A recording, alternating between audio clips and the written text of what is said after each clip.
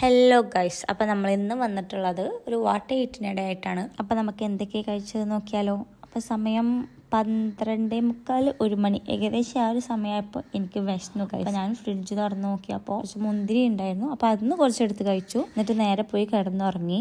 രാവിലെ എണീച്ചതിന് ശേഷം അപ്പം പിന്നെ ചട്നി പിന്നെ അതിൻ്റെ കൂടെ ചായ ആണ് കുടിച്ചിട്ടുണ്ടായിരുന്നത്. ഞാനൊരു ചായ ലവറല്ല, ബട്ട് ഞാൻ മോർണിംഗ് കുടിക്കും. അതിനുശേഷം ഞാൻ പഴം പിഴുങ്ങിയതും മുട്ട പിഴുങ്ങിയതും കഴിച്ചിട്ടുണ്ടായിരുന്നു. അതിനുശേഷം എനിക്ക് കുടിക്കാനുള്ള ടാബ്ലറ്റ് ഞാൻ കുടിച്ചിട്ടുണ്ടായിരുന്നു. അതിനുശേഷം വയ്യാത്ത കാലും കൊണ്ട് ഞാൻ കുറച്ച് നേരം ഇരുന്ന് മൂവിയൊക്കെ കണ്ടു. അപ്പോൾ എനിക്ക് വീണ്ടും വിശന്നു. അവിടെ അമ്മ ജ്യൂസ് അടിക്കുന്നത് കേട്ടിട്ട് ഞാൻ അവിടെ പോയി ഒരു ഗ്ലാസ് ജ്യൂസ് മേടിച്ച് കുടിച്ചു. അതിനുശേഷം കുറച്ച് ബത്തക്ക കട്ട് ചെയ്ത് കഴിച്ചിട്ടുണ്ടായിരുന്നു. അതിനുശേഷം കുറച്ച് കഴിഞ്ഞപ്പോൾ എനിക്ക് വീണ്ടും വിശന്നപ്പോൾ ഞാൻ ഫ്രിഡ്ജ് തുറന്ന് നോക്കിയപ്പോൾ അവിടെ പഴനി പായസം ഉണ്ടായിരുന്നു. അപ്പോൾ ഞാൻ അത് 2-3 സ്പൂൺ എടുത്ത് കഴിച്ചു. അതിനുശേഷം എൻ്റെ ചെക്കൻ വന്നപ്പോൾ എനിക്ക് ഡയറി മിൽക്ക് കൊണ്ടുവന്നിട്ടുണ്ടായിരുന്നു. അപ്പോൾ അതിലൊരു ഡയറി മിൽക്കിൻ്റെ പകുതി എടുത്ത് കഴിച്ചു. പിന്നെ എൻ്റെ ചെക്കനെടുത്ത ജ്യൂസിൻ്റെ ബാക്കി അവിടെ ഇരിക്കുന്നത് കണ്ടു. അപ്പോൾ ഞാൻ അതെടുത്ത് കുടിച്ചു. അതിനുശേഷം നമ്മൾ ഫുഡ് കഴിക്കാൻ പോയി. ഇന്ന് ബിരിയാണിയും ചിക്കൻ പൊരിച്ചതുമായിരുന്നു.